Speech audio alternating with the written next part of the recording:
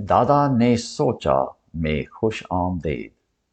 मैं दादा हूँ और दादा होना कोई मामूली बात नहीं है। और दादा होने की हैसियत से और जब मैं दादा भी नहीं था मैं खुदा का कलाम रोज पढ़ा करता था। और अमसाल की किताब जिसका मुसन्नफ हजरत सुलेमान है वो मैं हर रोज पढ़ता रहता हूँ। और आपको मालूम होगा कि हजरत सुलेमान हिकमत और समझदारी के लिए मशहूर है।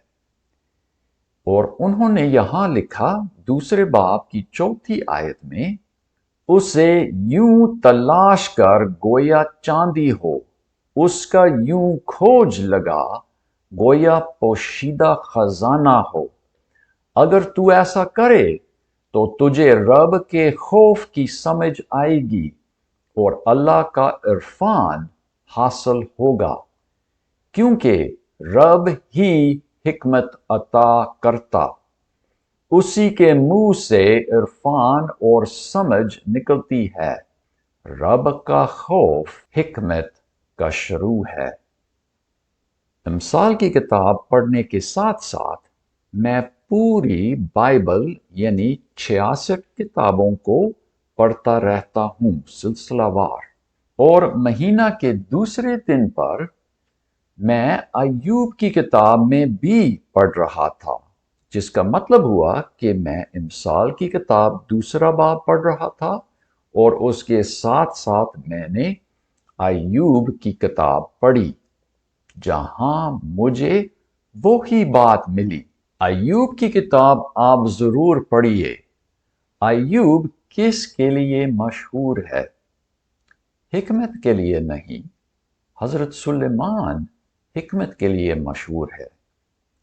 अय्यूब सबर के लिए मशहूर है।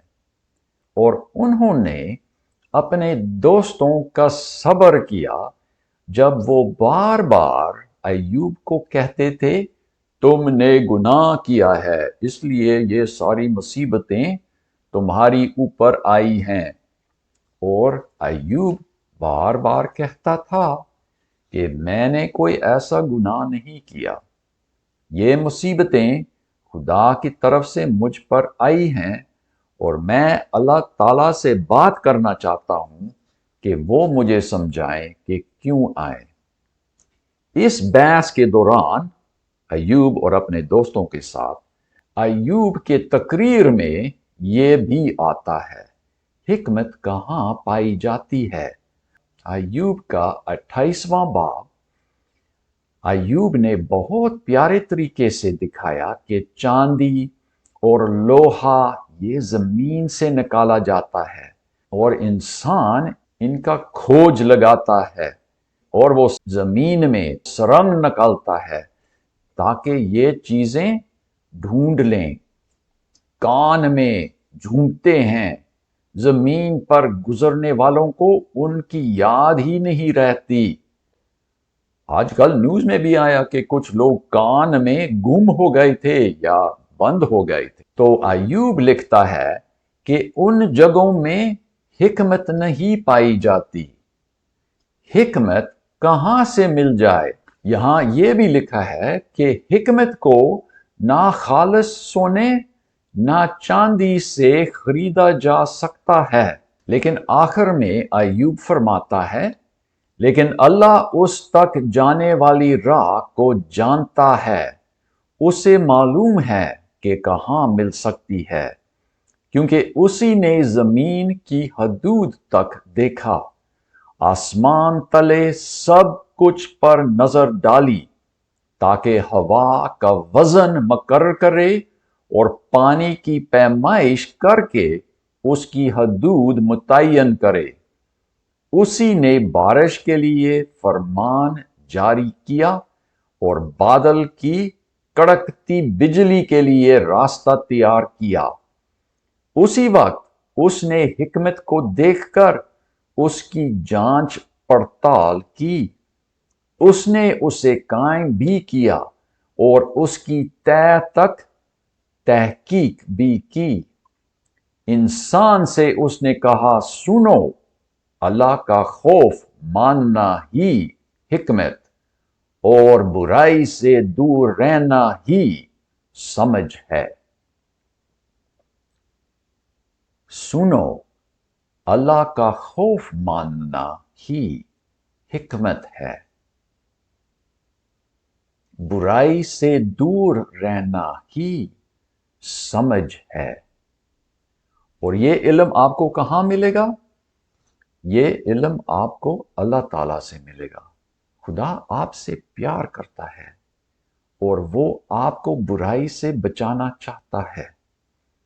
اسی سے مانگو تو آپ کو دیا جائے گا۔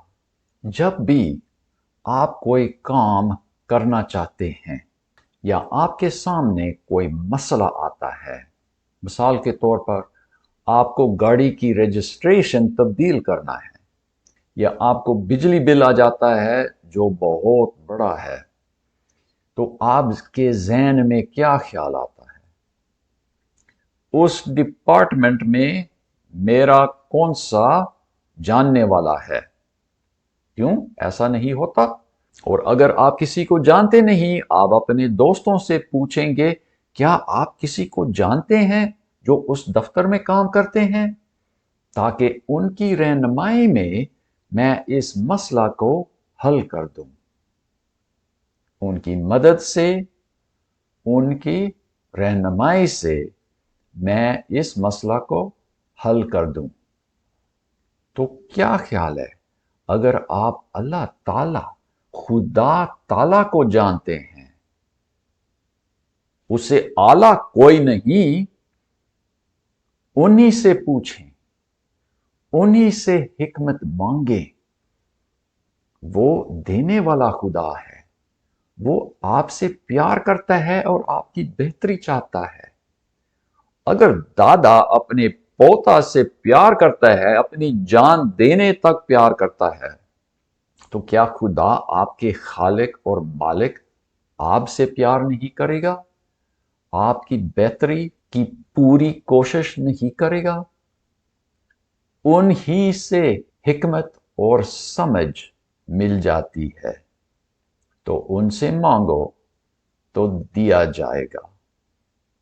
خدا آپ کو خوش رکھے، آپ کو برکتوں سے مالا مال کرے۔ خدا حافظ۔